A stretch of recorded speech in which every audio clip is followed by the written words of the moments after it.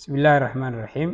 waxaan isku dayi doonaa in aan sharaxno glass Java markii la joogo glasseska and then waxaan arki doonaa in glasseskii qaabkii aan ugu jirnay in aan wax ka bedeli karno annagoon isticmaalayno Lombok dependency-gaas annagoo ka faa'iidaysanayno.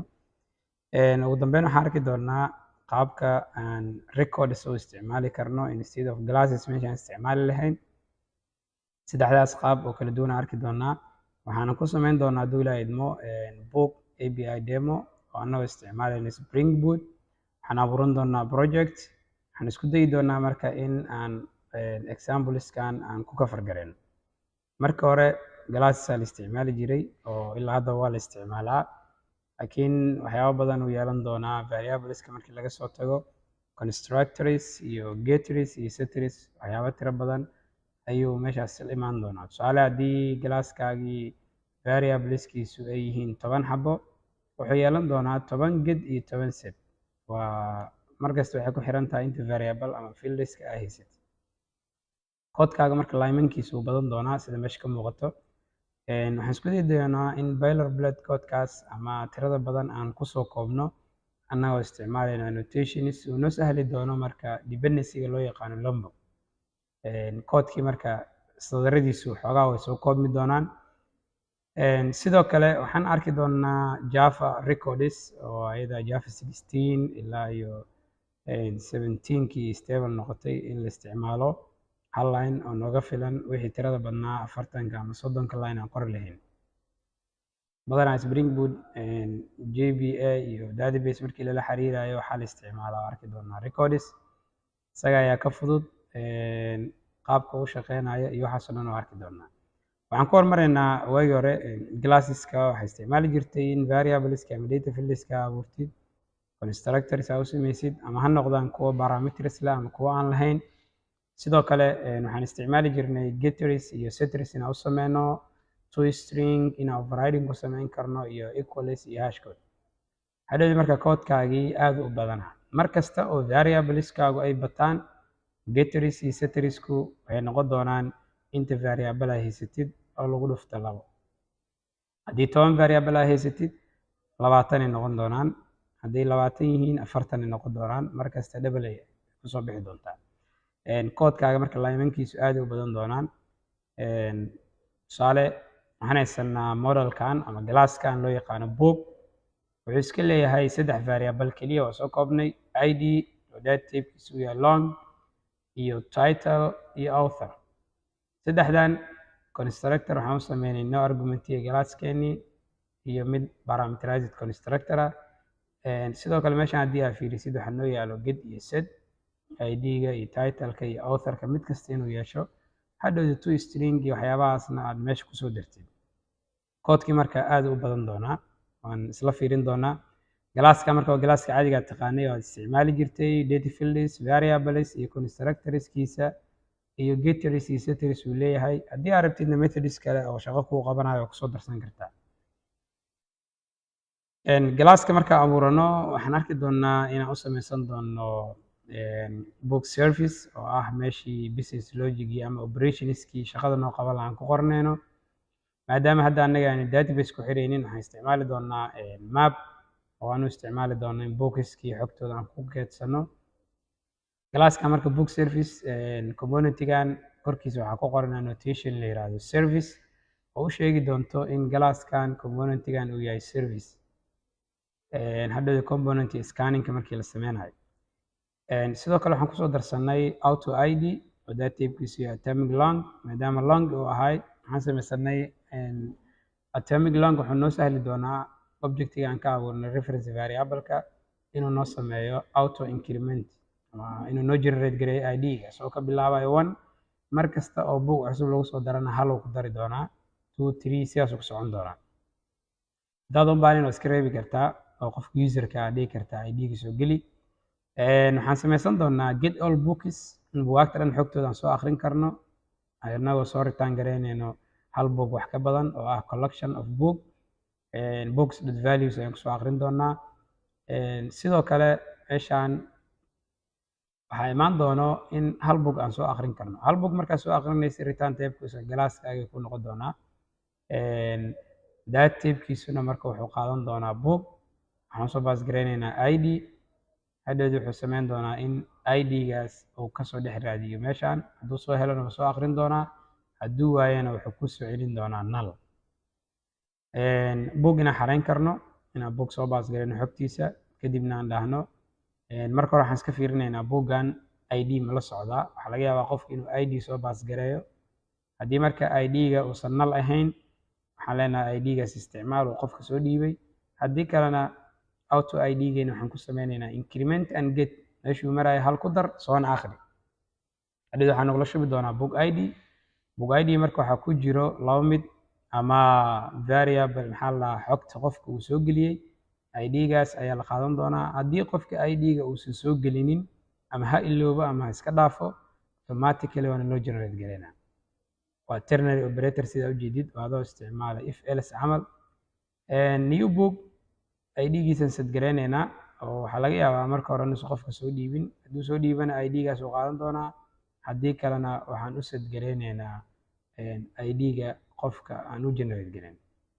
kadibna waxaan leenahay meeshaan sawir cusub inuu tagaa la rabay, books.put maapkii aan haysanay, maadaama database aynan isticmaalayn, kanaan si fake u isticmaalaynaa, inaan ku shubno ID-ga iyo bookga.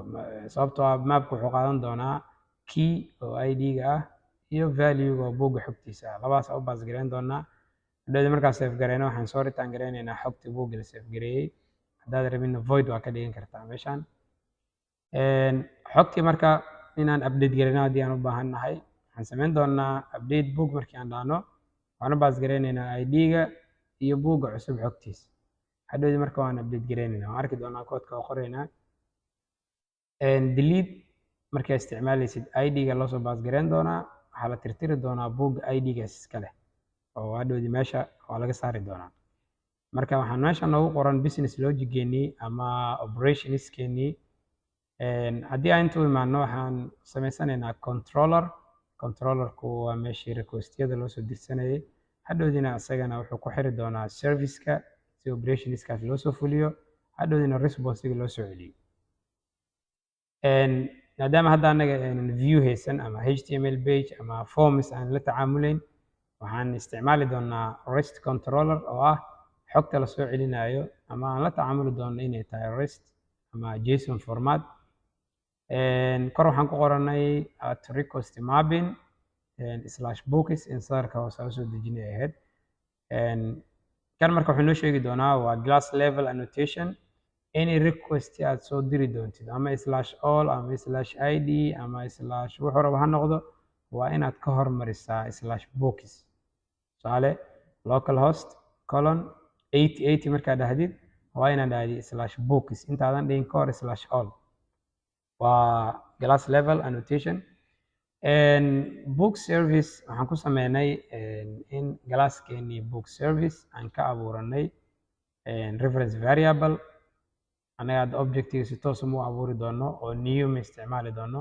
waxaan isticmaalnay constructor injection. haddii aad fiirisid parameterkiisa addresskiisa lasoo baas gareynaa, sidaas ayaan ugu shubi doonaa meeshaan. oo marka constructor injection aan isticmaalnay, wixii object abuuritaana waxaad manage gareyn doono spring markii la joogo, ayada ayaa manage gareyn doonto.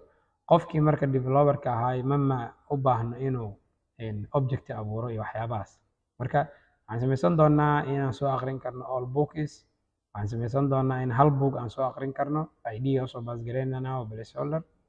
path variable-kan marka wixii lagu soo shubo waxaa laga soo akhrin doonaa meeshaan, waxaa lagu shubi doonaa variable-kan. marka variable-kan xogtiisa waxaa laga soo akhrin doonaa path-ka. waa inaan marka raacsiisa annotation-kan oo ah path variable. haddaadan raacsiin micnaheedu waxay tahay ID-gan xogtiisa inta lagama soo qaadi doono, hadhowdiina ma ku shaqeyn doono. post mapping xog aan xareyn doonaa. maadaama xog aan xareynayno request-gan waxaa la socoto body ama xogaa la socoto, waxaan raacsiinaynaa marka request body. qaybta body-ga request-ga la socdo in lasoo qaado inta noogula shubo, kadibna sidaas aan ku save gareyno. book service-ki ayaa la aadi doonaa, operation-ka ayaa lasoo fulin doonaa. boot mapping oo ah update inaan ku sameyno id-ga sheegi doontaa hadhowda id-gan waa path variable intaa laga soo aqrin doonaa id-ga xogta la update gareyn doono iyo xogtii lagu update gareyn lahaa qaybta request-ga ayaa iyadana la socotaa hadhowda ugu soo baas gareyneynaa asagaa soo update gareynaa delete oo kale id-ga soo baas gareyneynaa id-gaas oo path variable-ka laga soo aqrinayo waa la tirtiri doonaa haddii uu jiro waxaan sameysanaa marka service iyo controller iyo model hadhow dambe waxaan arki doonaa markii JPA la isticmaalayo repository inaan kusoo darsano oo hadhowda shaqadii sidaas database-kii inuu ula xiriiro meesha marka waxaan isticmaalaynay model galaaska caadiga aad taqaanay haddaa fiiriso meeshaan wuxuu iska lahaa gid iyo sad iyo wixii dhan constructor adiga u sameynayay waxaa jiro dependency la yiraahdo lombog marka wuxuu meesha ka saari doonaa constructor iyo gid iyo sad in adiga gacantaada ku samaysa wuxuu ku siin doonaa annotationiskan getter setter iyo no argument constructor iyo all argument constructor asagaa marka ku generate gareynayo oo adiga mu baahnid inaad gacantaada ku qorto tusaale waxaan haysanaa galaas la yiraahdo book id title iyo author oo isla galaaskii laakiin waxaan ka tirnay getters iyo setters waa ka tirnay waxaan kaloo ka tirnay constructorskii haddii aan u baahanahay midaan parameters leen constructor waxaan u wacan doonaa at no argument constructor haddii mid parameterized aan rabo all argument constructor saddexdii variable buu qaadan doonaa getter iyo setter haddii aad ahaydna get id get title get author set id set title set author asaga ayaa samayn doono sida meeshaan kaaga muuqato uma baahnid marka in adiga aad gacantaada ku qortid constructorskii iyo getters iyo setterskii haddii marka variableskaagu 20 yihiin getter iyo setter haddaad dhahdid 20 ayagaa samaysanayo adiga ma ku qasbarid marka inaad qortid koodkeeni marka haddii aad fiirisid somehow xoogaa uu soo yaraaday oo ka faa'iidaysan kartaa annotationkan dependency-ga marka la yiraahdo lombog si aad u isticmaashid waxaad ku qasban tahay in aad kusoo darsatid qaybta bom.xml dependency-gan oo hadhowdii si aad u isticmaashid waa inaad kusoo darsatid dependency-gan oo aan isticmaali doono kan marka wuxuu noo faa'iideeyey xoogaa koodkii inuu soo yareeyo waxaa jira marka inaad isticmaali kartid record instead of class meesha isticmaali lahayd inaad markaad abuuraysid aad record soo abuuratid recordku marka waa immutable datadiisa waxba lagama bedeli karo waa hal sar asaga dhan java 16kii aa lasoo bandhigay kadibna stable wuxuu noqday in la isticmaalo java 17 public record book meeshii glass aan dhihi jirnay keywordkan ayaa bedeli doona record asagoo marka wuxuu iska leeyahay haddaa fiirisid qaabkaanu noqon doonaa hadda halkan sadar wuxuu u dhigmaa galaaska aan sameynayn kaliya meeshan waxaa ka maqan variableska uu noo abuuray oo ayaga dhan final ka wada dhigi doonaa oo waxba lagama bedeli karo constructor noo sameyn doonaa oo parameterized ah wuxuu noo sameyn doonaa get accessor methodskii oo ah meesha markaan get id ma dhihi doono iyo get title ma dhihaysid kaliya waxaa leedahay id parentheseskan ayuu qaadan doonaa waxay u dhigantahay intaan get id inta waxay u dhigantahay get title waa kaliya variable namekii oo la raacsiiyey parentheseskan meesha marka haddaa fiirisid waxaa ka maqan setter ma lahan wax la yiraahdo setter markii la joogo record badanaa waxaa loo isticmaalaa marka GTOska ama data transfer objectska oo componentska xogta u kala gudbinayo API response iyo kale meelahaas haddii marka aad rabtid inaad isticmaashid record ma ku talagelaysid inaad isticmaashid setter sababtoo ah waa immutable waxba lagama bedeli karo si aad wax uga bedesho waxaa u qasban tahay inaad object abuurtid oo objectaas xogta usoo baasgaraysid oo constructorkii xogta inta ku shubo haddii kale getter keliya ayaa ku shaqeynaysa haddii la isbarbar dhigo marka getter maxaa la dhahaa galaaskii traditionalka iyo lombog iyo java record koodka laymankiisa markii la fiiriyo galaaska caadiga aad u badan yahay maadaama getter iyo setter iyo constructor iyo waxna gacanta ku sameynaysid lombog markii loo imaado xoogaa uu soo yaraanaa koodkii java recordku waaba hal sadarba ama laba sadar asiga dhan ma dhaafi doono constructor ma leeyahay haa laakiin maxaa lagu sameyn doonaa gacanta kan ku sameyne kanna waxaa isticmaali doontaa annotation kan laakiin auto waaye asaga ku sameyn doono getteriska adigaa sameysan doono midkan setteris adigaa sameysan doono waxaan adiga gacantaada ku sameysan doono laakiin Lombok markii la joogo annotationskan ayaa ka faa'iidaysan doontaa. Java record markii la joogo hal sadar camal waaye oo iska kooban yahay sidaan soo aragnay.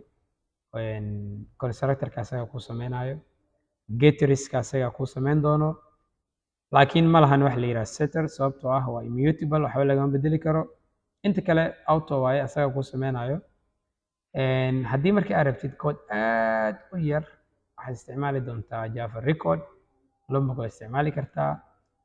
Galaaskii traditionalka haddii aad isticmaashid waxaa ku qasbanaan doontaa inaad wax badan qortid. laakiin haddii aad rabtid codekaaga inaad full control u heshid oo adiga logigaagi aad ku base garaysid conditions iyo diagram waxyaabo badan aad ku samaysatid kana isticmaali doontaa. haddii aad xoogaa rabtid inaad soo koobtid codekii kana isticmaali kartaa. ugu dambeyn recordka waxaa u baahan tahay adiga haddii aad u baahnayn setter oo getter iyo waxyaabahaas aad u baahan tahay oo codekiina aad u kooban yahay waxaad isticmaali doontaa marka Java record. waxaan rabnaa marka inaan fiirino tusaale annagoo isticmaalana galaaskii aan naqaanay and then Lombok inaan practice gareyno kadibna record aan ku bedelno galaaskii qaabku noqonayo aan aragno. record waxaa u isticmaali doontaa marka waxyaabaha immutable kan waxba laga bedeleen. Lombok waxaa u isticmaali doontaa xogta wax laga bedelayo badanaa Lombok JPL la isticmaalaa. Galaasiskii hore waa la isticmaali karaa haddaad rabtid si full control inaad codekaaga adiga jeegayntiisa wixiisa hore aad u samaysatid. business logiga hadduu complex yahay galaaskaaga caadiga iska isticmaali doontaa. markastuu codekaada yaraadana waxaa yaraan doono buggiska ama problems kugu soo bixi doono. marka adigaa lagaa rabaa midka aad dooranaysid iyo qaabka u isticmaalaysid waxay kugu xiran tahay marka adiga. waxaan isku dayi doonaa marka inaan hal mar tusaale fiirino. project cusub aan soo abuuran doonaa. waxaan kusoo darsan doonaa dependencies-ka u baahanahay kadibna waan tijaabinaynaa annagoo isticmaalayna Insomnia. projectigan aan u imaano waxaan soo samaysanaynaa new project cusub aan abuuran doonaa. projectigeenan waxaan isticmaali doonaa Spring Boot. aniga hadda waxaan isticmaalaa waxaa la yiraahdaa waxaan isticmaalayaa ultimate-ka. haddii marka aad isticmaalaysid community-ga waxaad ku shuban doontaa initializer-kii kaasaa isticmaali doontaa. ani marka si toos ah u abuuran doonaa. adi laakiin haddii aadan ultimate haysan waxaad isticmaali doontaa community-ga. waxaan u bixin doonaa demo ama waxaan u bixin doonaa book demo ayaan u bixin doonaa. waxaan raacsiin doonaa si loo fahmo YouTube ama aan ka dhaafo keliya book demo aan raacsiiyo 2026. waxaan dooranaynaa meeshaan Java. intan waxaan ka dooranaynaa build toolkeena Maven. meelahan oo kale aan u bixiyo Shuriya aan isaga bixiyo JDK 26 Java versionkeena 25 aan isticmaalaynaa. kadib waxaa leeyahay next. dependencies-ka aan u baahanahay waxaa ka mid ah Spring Web kusoo darsanaa. waxaan u baahanahay oo hadhowda qasab igu noqonayo developer toolskii aan isaga soo darsado. waxaan kaloo kusoo darsanaa Lombok maadaama asagana aan isticmaali doono. waxaan isleeyahay saddexdan waa nagu filan tahay. kadib waxaa leeyahay create versionka Spring Boot ma bedelayay. projectgeeni wuu noo soo baxay haddii aad fiirisid. waxyar wuxuu sameyn doonaa marka dependencies-kii in uu soo configure gareeyo automatically maadaama Spring Boot auto configuration ay u furan tahay. haddii meesha aan fiirisid ardayda qaar waxay isku qaldaan qaybtan source-ga markaa imaadid main iyo test. testigan codekaaga waa lagu testi garayaa laakiin adiga ma ku abuuran doonto. keliya waxaa imaan doontaa qaybta mainka labadan meel qaybtan Java all codekaaga intuu imaan doonaa. qaybtan kalena resourceska waa wixii JavaScript images ama HTML pageskaagii ama configurationkii fileka ahaa intaas uu keeni doontaa. inta marka wixii code ahay controller model service inta ku abuuran doonaa. hadda marka meeshaan waxaan noo yaalo main methodkii waa entry pointiga laga soo gelayo projectigaga, ama si kale haddaan u dhigno fileka la rangareyn doono. Haddaan rangareyno si aan u jeegareyno everything inay shaqeynayaan oo wax problem uusan lahayn, waa la iska jeegarayaa marka hore projectiga aad soo abuurtay horta okay ma yahay oo wax problema miyaa ku taagan. Haddii uusan problems lahayn, then waxaan toos u gelaynaa in aan codekeenii aan abuurano. Hadda everything waa okay, uu soo start gareeyey. Port numberkeena 8080 horena u soo aragnay. Haddaad rabtid port numberkiina aad iska beddeshid, meeshaan ku qori doontaa server.port numberka waxaa isticmaashaa 9090. dib haddii aan soo rangareeyo wuxuu noo soo saari doonaa in port numberkeena uu hadda kadib noqdo 9090. meeshii 8080 ahayd wuxuu ku beddelaa haddaa fiirisid 9090. aan kasoo gudubno, waxaan u imaanaynaa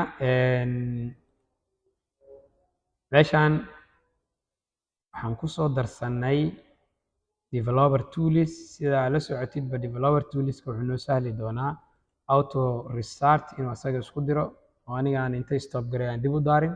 waxaan imaan doonaa qaybta build execution, qaybta compiler. meeshaan build project automatically jeegaa saaran doontaa si dev toolskii uu u shaqeeyo. waxaa jirto qayb kale oo advanced settings ay imaan doontaa. haddaa meeshaan compiler ku qortid waa arki doontaa. haddii kale waa raadin kartaa, ama waxaan leenahay anaga meeshaan compiler noogu qor inaan raadino ma rabno. compiler meeshaan jeeg ma saarno, marka hore jeegaa saarne apply aan dhihi doonaa auto make to start. mar kasta inuu is restart gareyn karo, xataa hadduu daaran yahay inuu asaga dib isku restart gareyn karo oo ogolaanayna.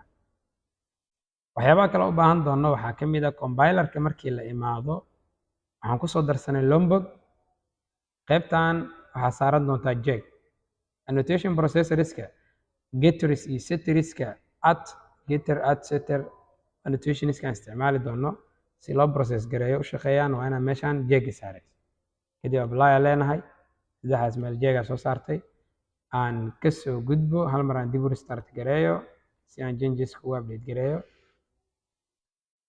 hadda marka waxaan rabnaa in aan projectigeeni bilowno oo aan abuurano glasseskii aan u baahnayn. hadda everything waa okay. waxaan u imaanaynaa marka aan soo yareeyo zoomkiisana aan yareeyo. qaybta zoomka waxaan leenahay 125 ka dhig. zoomkiisa waxaa ka dhigtaa 10%. inta imaan doonaa qaybta packageka waxaan ku abuuranaynaa package kala duwan. folders camal waa packageka. waxaan u bixinaynaa midka ugu horeeya model. wixii model meeshaasaan ku abuuran doonaa. waxaan sameysanaynaa sidoo kale service. all serviceska halkaasaan ku abuuran doonaa. waxaan kaloo sameysanaynaa controller oo asagana aan u baahannahay. hadda saddexdii package waa abuurtay. waxaan imaan doonaa modelka asaga ugu horeeyo. waxaan sameysan doonaa glass la yiraahdo. hadda record muu baanin, waxaan abuuranaynaa glass. waxaan leenahay book. modelkeeni waa kana haddii aad fiirisid. glasskan sida caadiga taqaanay waxaan u sameynaynaa private long id. waxaan kaloo u sameynaynaa title. sidoo kale waxaan u sameynaynaa author. haddaa fiirisid meeshaan id, title iyo author. daarati authorka inta waa raacin kartaa. kadib waxaan leenahay waxaan noo generate gareysaa constructor mid parameterized ah. waxaan kaloo kusoo darsanaynaa meeshaan waxaan keensanaynaa getters iyo setters. waxaan leenahay marka right click ama alt insert ayaa dhihi doontaa generate getter and setter all variableskeyga waa u baahanahay.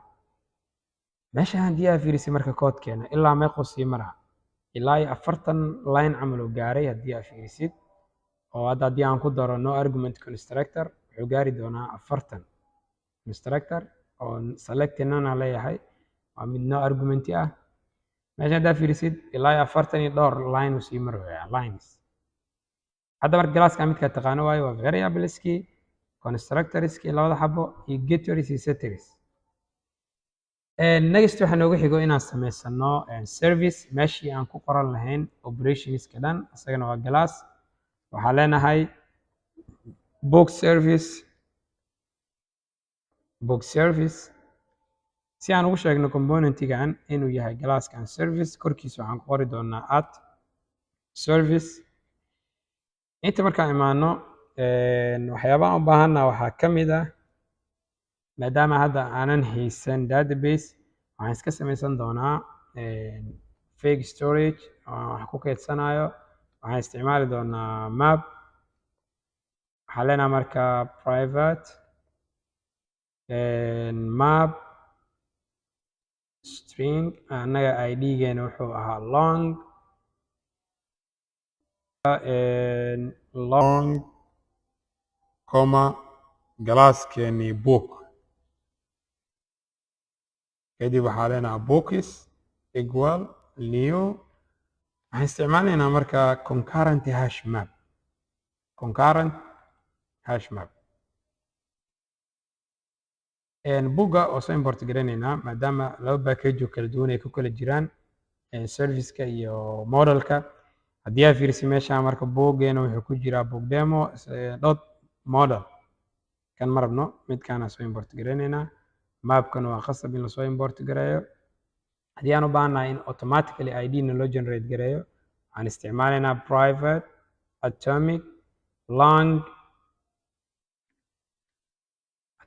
long kadib auto id magacaas aan la bixinaa equal new atomic long meesha ka bilaabayo 0 noqon doontaa by default asaga yaqaano waan ka dhaafeynaa hadhow marka kan waxaan u isticmaalaynaa auto increment in id-ga asaga noo generate gareeyo kadib waxaan u imaan doonaa operationskeena meeshaan waxaa imaan doono in marka ugu horeyso aan soo akhri karno all books kadibna aan soo akhrin karno book by id kadibna aan samayn karno save book inaan book xarayn karno update inaan update garayn karno iyadoo id-giisa loo marayo iyo delete inaan dhigi karno book intaan shantan xaba ayaan samaysan doonaa operation waxaa ugu horeeyo get all books waxaa leenahay public maadaama waxa lasoo aqrinaya hal book uu ka badan yahay waxaa leenahay collection of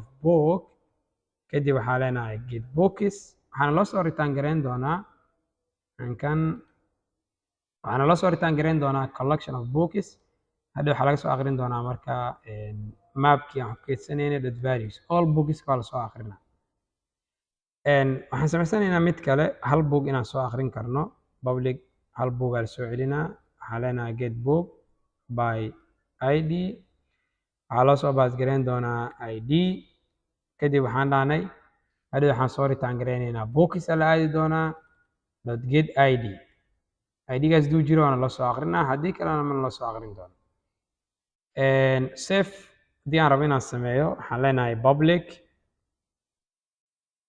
haddaa rabtid waa soo return garayn kartaa wixii la save gareeyey haddaa rabtidna waa iska dhaafi kartaa hadda void aan iska leenahay waxaan leenahay marka save book markii waxaa loo soo baas garayn doonaa buugga xogtiisa la save garayn doono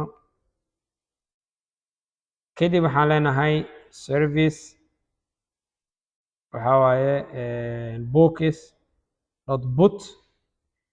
books.put markaan dhahno laba parameter uu qaadanaa sababta maxaa waaye midna waa keyga midna waa value waas dictionary ahaan u shaqeeyaa boogga id-giisa iyo boogga xogtiisa ka waran haddii qofka id uusan soo baas gareyn id hadduu soo baas gareyn marka hore aan iska fiirinaynaa waxaa leenahay book id equal book.get id hadduusan la mid ahayn null ternary operator isticmaalaynaa hadduusan la mid ahayn null book id-ga isticmaal hadduu null la mid yahana waxaa samaysaa auto id-ga inta noogu samaysnaay dot increment and get meesha uu maraya hal ku dar noo soo akhri haddii marka qofka id uu soo sheego id-gaasaa la qaadanaa oo hadduusan null ahayn hadduu faaruq yahana uusan id-ga soo sheeginna automatically asagaa noo generate garanaya meeshii la marayo marka wuxuu samayn doonaa inuu hal ku sii daro sidaas noogula soo akhriya hadhow marka waxaa leenahay meeshaan waxaan u baas garaynaynaa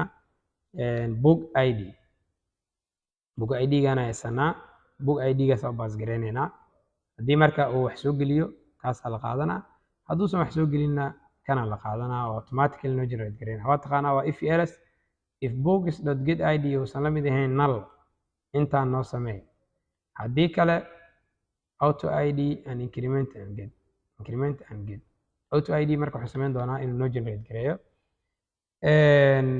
waxaa kaloo samayn kartaa meesha put aan dhahay waxaa kaloo dhigi kartaa books dot put if absent micnaheedu maxaa waaye haddii buuggan aan dhaho put if absent haddii id-gan uusan meesha ku jirin noo xaray hadduu ku jirayna maba la xarayn doono bud ayada ma jeegaraynayso laakiin bud if absent waxaa waaye id-gan hadduusan meesha ku jirin maapka waa la baari doonaa noo xaray haddii kale ma la xaraynayo waxaan u imaanaynaa update book isagana void aan ka dhigo waxaa leeyahay update book waxaan baas garaynaynaa bookgi la update garaynayo id-giisa iyo xogta cusub oo lagu update garayn doono id-ga marka hore iska jeegaraynaya hadduu jiro update-kan hala qabto hadduusan jirinna waxba lama update garaynayo maxaan sameynaynaa marka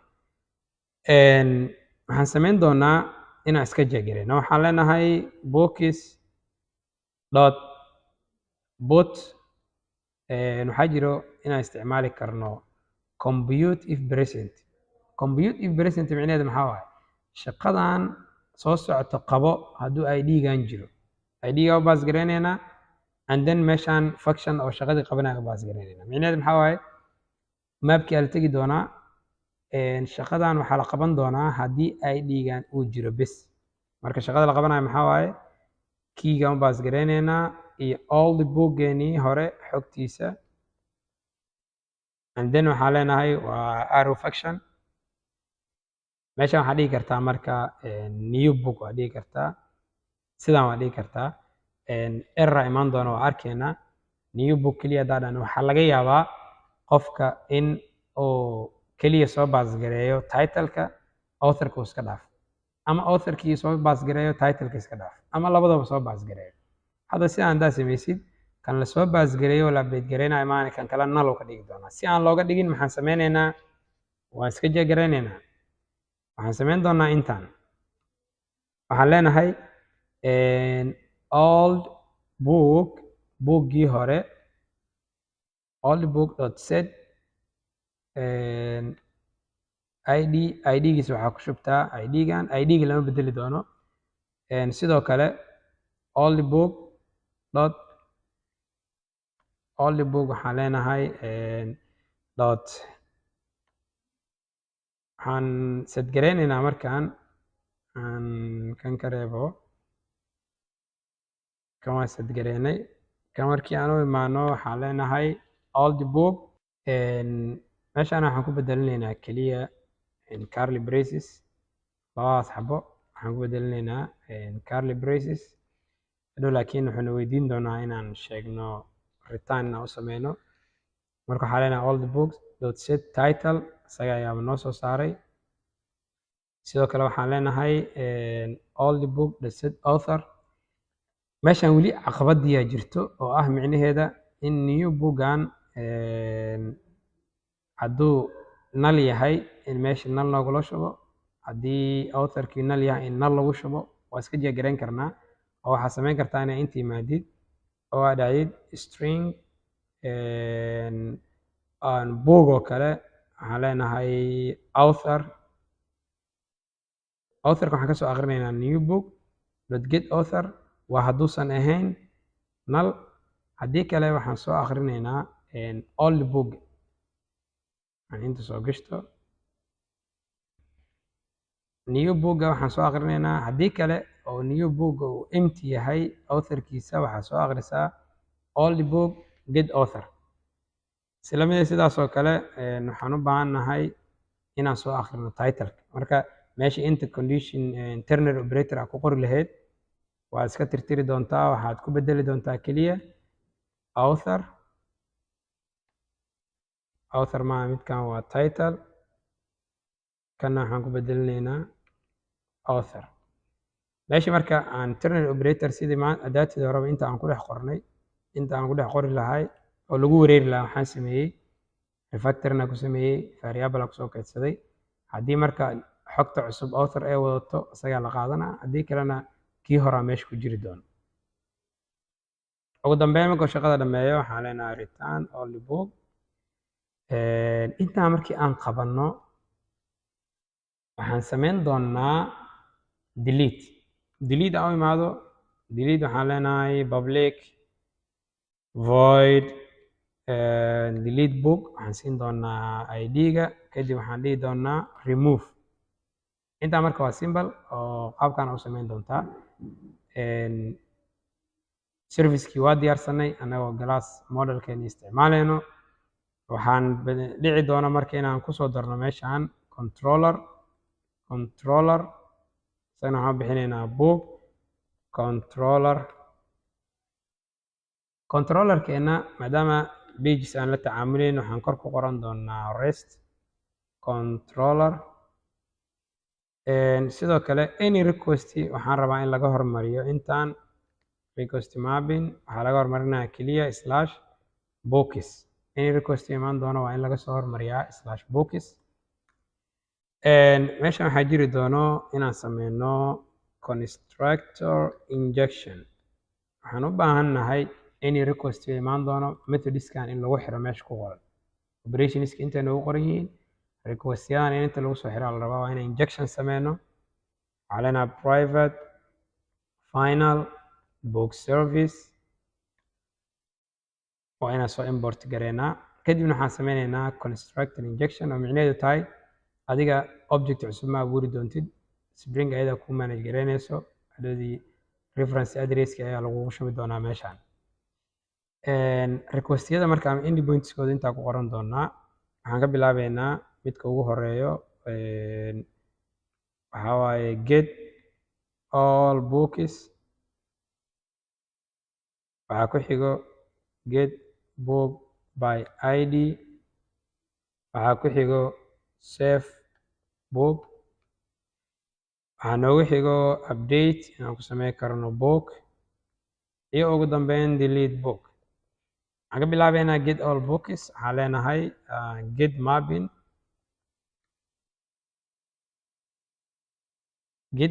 markii aan dhahno waxaan siineynaa slash all waxaa leenahay marka public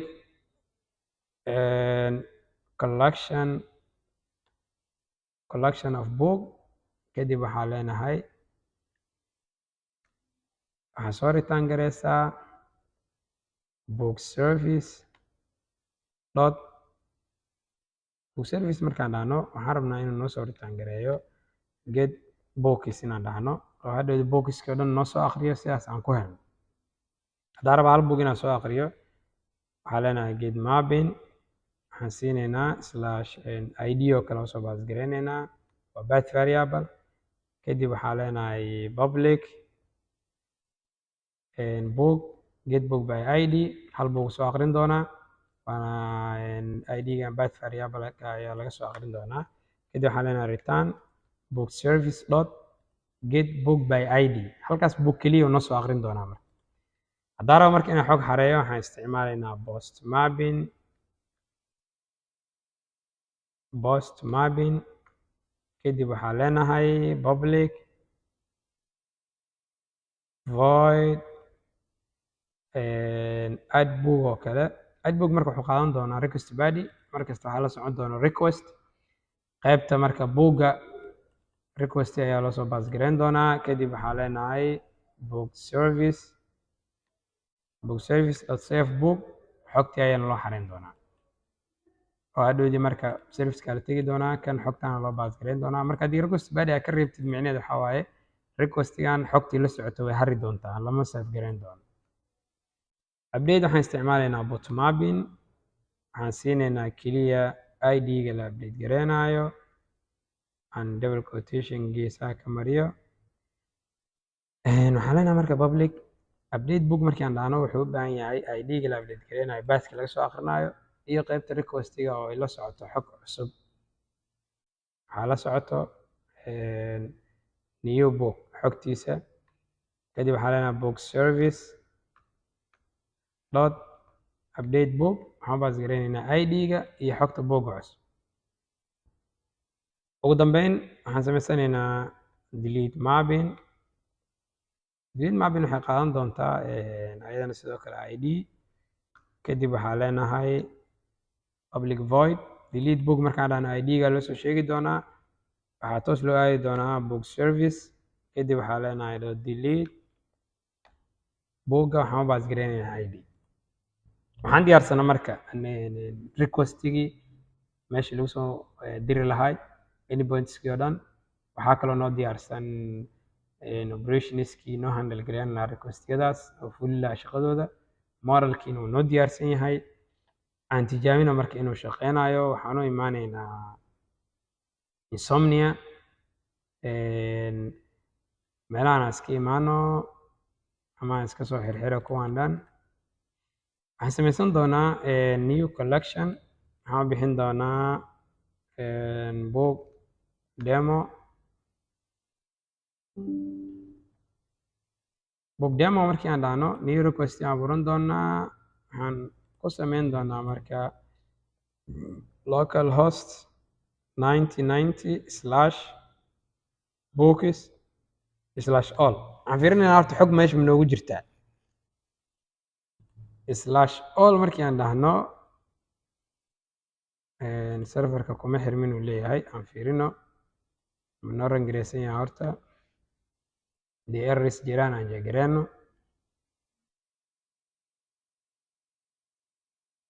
okay, calaamada meelahan ku jirto request qaybta controllerka imaano.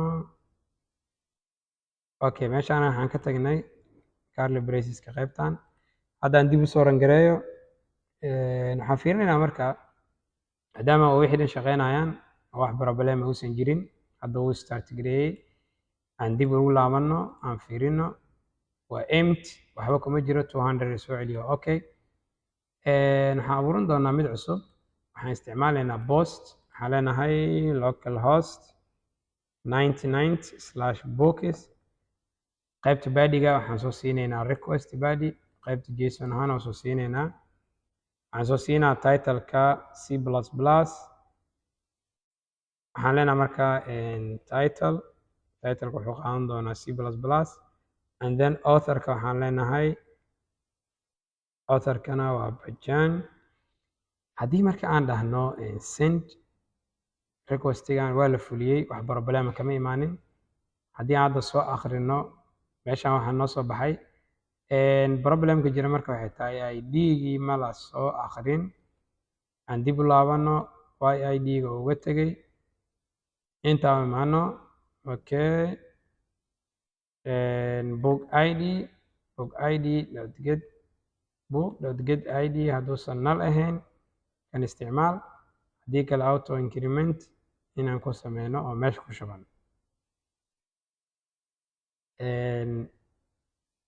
book id midkaana isticmaalnay iyo bookgii oo baas gareynay. okay, sorry, waxaan ka tagnay maadaama xogta lasoo baas gareynaya intay ku jirto waa inaan set gareynaa. waxaan leenahay book.set id book id oo baas gareynaynaa. sababtoo ah bookgan waxaa ku jiro title author keliya. haddaan xaray dhahno ID-ga waa laga tegaa. si loo xareeyo ID-ga waxaan ku qasbannahay in aan baas gareyno ama aan set gareyno ID-gaas. oo soo laaban doonaa. aan soo laabto inta kadib aan dhaho send. aan inta fiirino hadda wuxuu qaatay ID1. haddaan mar labaad soo xareeyo wuxuu qaadan doonaa ID2. waa auto generated ayuu sameyn doonaa. haddaan rabo inaan hal qof soo akhriyo, hal book aan soo akhriyo, waxaan leenahay all meesha ID1 ii soo akhri. ujeeda ID2 ii soo akhri. ID2 ID3 haddii aan dhahno ma jiro not found. wax response lama soo celin doono. marka xooga ma heli doonto. marka /all aan dhaho hadda xoogaa noo xareysan. waxaan rabaa inaan update ku sameyn karo kuwan. titleka inaan ka bedeli karo waxyaabahaas. waxaan imaanaynaa new request. markaan waxaan isticmaalaynaa requestigan but ayaan isticmaali doonaa. waxaan leenahay marka localhost 99/books buuggee update garaynaysaa buugga labaad waa qasab ID-ga inaan soo sheego qaybta body-gana waxaan soo raacsiinayaa wixii lagu update garayn lahaa waxaan update garayn rabaa keliya title-ka waxaa ku shubtaa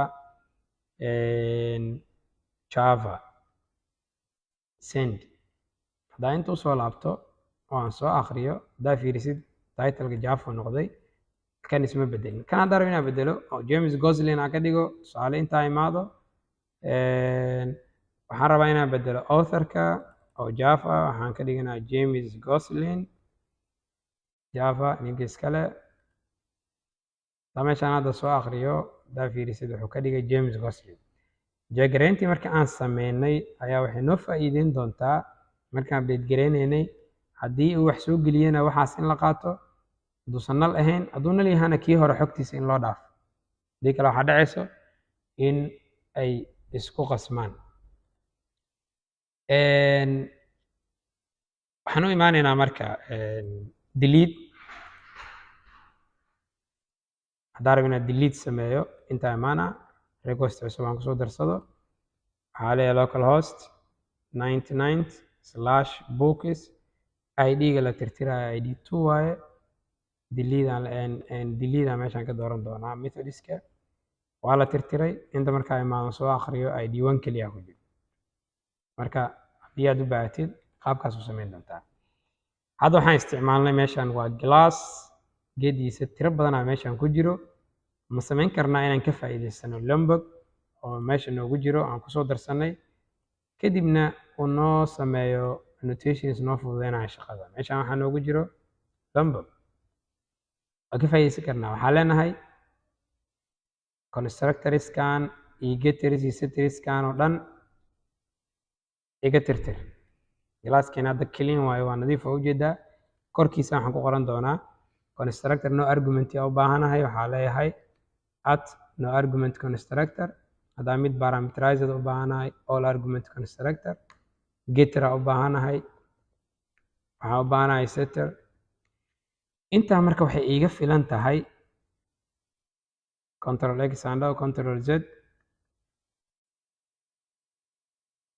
intaan hadda comment saaro oo ujeeda aad u badan tahay intaas aan qoray waxaa ku filan keliya intaan inaa isticmaashid daariti marka hal mar soo import garayn kartaa star dhihi doontaa intaa marka waxaa iiga filan tahay constructorada inay ii sameyso get id get title get author inay ii sameyso still wuu shaqeynaa oo wax problem ma lahan haddii intaan imaado waan jeegareeyo cilada ma lahan haddii aa fiirisid wuu noo shaqeynaa isla sidii oo kale waayo laakiin meesha waxaa ka baxay haddaa fiirisid aan soo geliyo xog meesha waxaa ka baxay get iyo set iyo constructor iyo waxyaabo badan inaa gacantaada ku qorto keliya marka waxaan ka faa'iidaysanay inaan isticmaalno annotationiskan sidoo kale haddaa xasutid qaybta settingska waxaan dhahnay qaybta compilerka markaa imaadid annotation processorska waxaan saaranay tick haddaada tick saaranin hadhowdi meeshaas error kaaga imaan doono oo get iyo set ma shaqeyn doonaan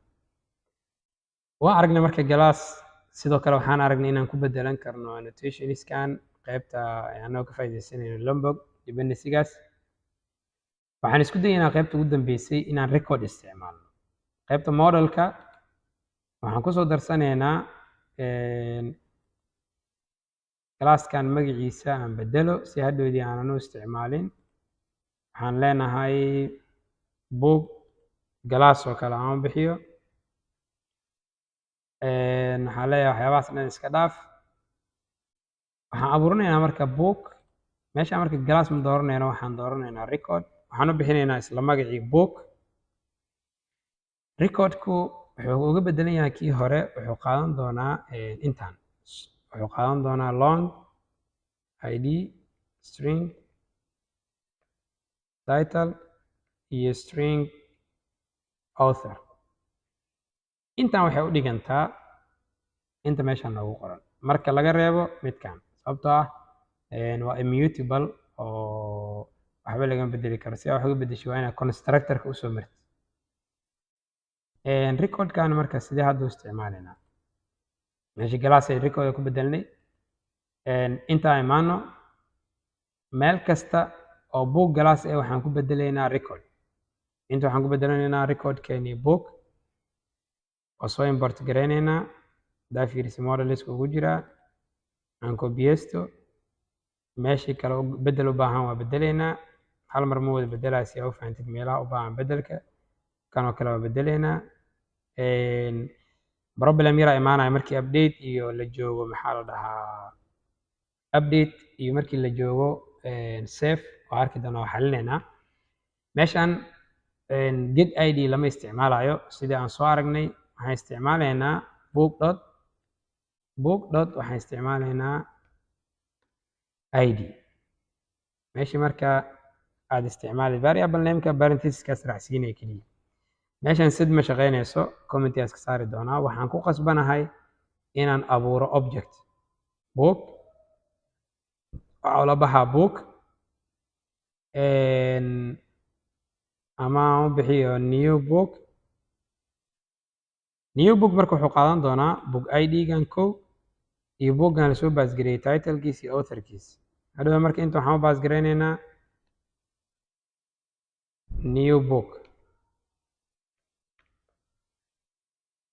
new book marka waxaa noogu jiro book id. hadduu qofka id wadatay hadduusan wadanna kii kale la isticmaali doonaa auto increment. marka meeshii set ma lahan waxaan usoo maraynaa constructorkii in object abuurno oo usoo baasgareyno xogta.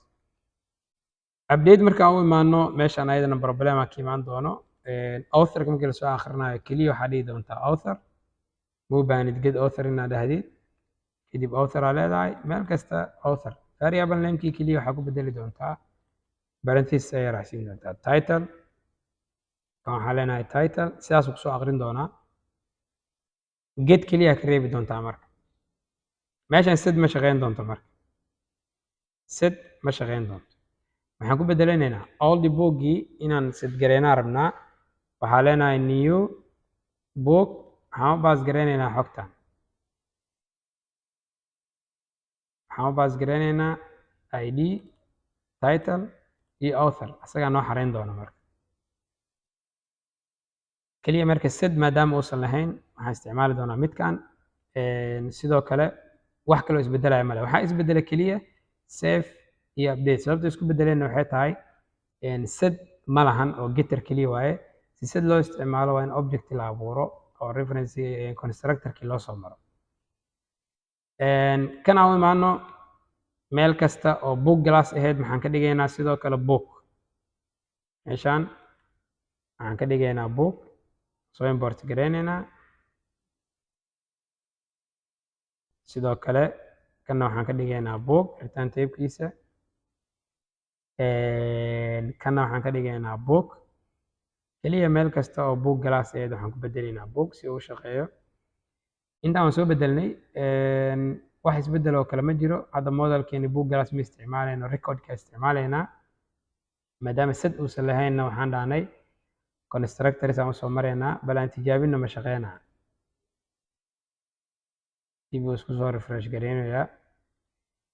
weli refresh wadaa. inta marka uu soo ran gareynayo hadda uu dhameeyey haddaan fiirino waa faaruq soo ma. haddaan xog ku soo darno waa la soo xareeyey soo akhri wuu noo soo akhriyey. mar labaad soo geli id2 inaa update gareeyaa rabaa. id2 titlekiisa waxaa ka dhigaa authorkiisa waxaa ka dhigtaa James Gosling. haddaa u imaano id2 haddaa fiirisid Cindy Adano maxaa dhacay. aan soo akhrino delete oo kale aan fiirino waa shaqeynaya. oo ay update u shaqeyn lahaday. update aan usoo laabano. update marka meeshaan waxaan update gareynaynaa kii hore ayaan update gareynaynaa. marka waxaan nogala baahan yahay meeshii save ay wadatay maxaa la dhahaa save ay wadatay qaabkaas. kan waxaan u baasgareynay id iyo title iyo author. waxaan u baasgareynay meeshaan waxaa leenahay return. waxaan soo return gareynaynaa. kan marka only book waa iska dhaafeynaa inaan soo return gareyno ama comment naga saar. u baahnin marka hadhowdi wuxuu samayn doonaa in xogtii lasoo akhriyo oo kadibna lasoo return gareeyo. Haddaa marka si loo soo return gareeyo meeshan xataa waxaa ka dhigan kartaa variable return type oo samayn kartaa. Annaga hadda return type ma u baahnin, kaliya waxaan tijaabinaynaa horta inuu noo shaqeynayo. Aan fiirino, waxaan usoo laabanaynaa meeshaan hadda restart isku diri doonaa maadaama annaga auto restart developer tools aan isticmaalayno. dib u iska soo restart gareynaa. Hadda waa empty, compilation ku soo dhameeyey. New request aan sameynaynaa 2 jeer, kadib aan fiirino. Update markii aan dhahno waxaan rabnaa inuu noo update gareeyo. Markaan haddaa fiirisid maxaa isbedelay, meeshii magacii hore waa ka bedelnay. Tusaale C++ meesha inaan bedelnaa rabnaa. Title-ka waxaan ka dhigaynaa Java oo kale, Java programming. waxaan leenahay Java programming. Update markaan dhahno, haddaa fiirisid meeshaan waxay noqotay Java programming. Delete oo kale waan dhihi karnaa oo edit haddii aan tirtirno qaabkaas uu tirtiri doonaa oo meeshii waa laga saari doonaa. Marka si guud meeshii aan isticmaalaynay class waxaan ku bedelnay record, which is mode qaab ahaanna clean ah oo concise ah, aad u yar. Marka recordna waa isticmaali kartaa, galaaskii caadigaana waa isticmaali kartaa. Sidoo kale galaaskii iyo waxaas la isticmaali kartaa iyadana Lombok adigoo ka faa'iideysanayo annotationskiisa in koodkan tirada badan oo soo laalaabanayay aad kusoo koobtid annotationskan. Waxaan samayn doonaa marka koodkan inaan GitHub ka saaro si hadhowdi aad meeshaas uga heshid. Aan publish gareeyo projectiga, waxaan ku publish gareyn doonaa GitHub-keena. linkiga asagana meesha ayaan soo saari doonaa, GitHub linkiga. Waxaan raacsiin doonaa intaas YouTube ayaan raacsiin doonaa si loo fahmo. qaybtan private aan ka qaado. Hadhowdi marka wixii resource ah meeshaas aad ka heli doontaa. aan kusoo adgareeyo. hadda projectigeeni oo dhan waa la publish gareynayaa. haddii GitHub-ka aan imaano oo aan jeegareyno in meeshaas uu ku jiro waan fiirinaynaa. marka GitHub-ka waxaa qori doontaa keliya /shuriya jr oo kale haddii aad ku qortid wuu kusoo bixi doonaa. keliya intaana qori doontaa github.com shuriya jr userkaasaa raadin doontaa. waa kana waxaan samayn doonaa marka inaan linkiga aan soo koobiyeeyo si qof kasta uu u heli karo. linkiga waxaan soo dhigi doonaa qaybta description-ka. slide-keenana aan kusoo daro qaybta ugu dambeyso si qof kasta hadhowdii uu u heli karo. linkiga marka sidaanu noqon doonaa. aan soo weyneeyo fartiisa. code linkigeena marka waa intaas oo hadhowdii meeshas ayaa kasoo aqrin doontaa. waxaa dhehnaa marka code repo ama repository uu noogu jiro. linkigaas ayaa hadhowdii marka aadi doontaa. kadibna waxaa kusoo bixi doono codekeenii aan isticmaalaynay. meeshaas ayaa waxaan soo gelin doonaa slide-ka iyo codeka labadaba waa soo dhex dhigi doonaa hadduu Ilaahay idmo. qof kasta marka oo isku dayi doonaa marka inaad samayn kartid oo at least aad wax ka qaban kartid qaybtaas. marka intaasaan kusoo gabagabeyneynaa. Asalaamu calaykum waraxmatullaahi wabarakaatu.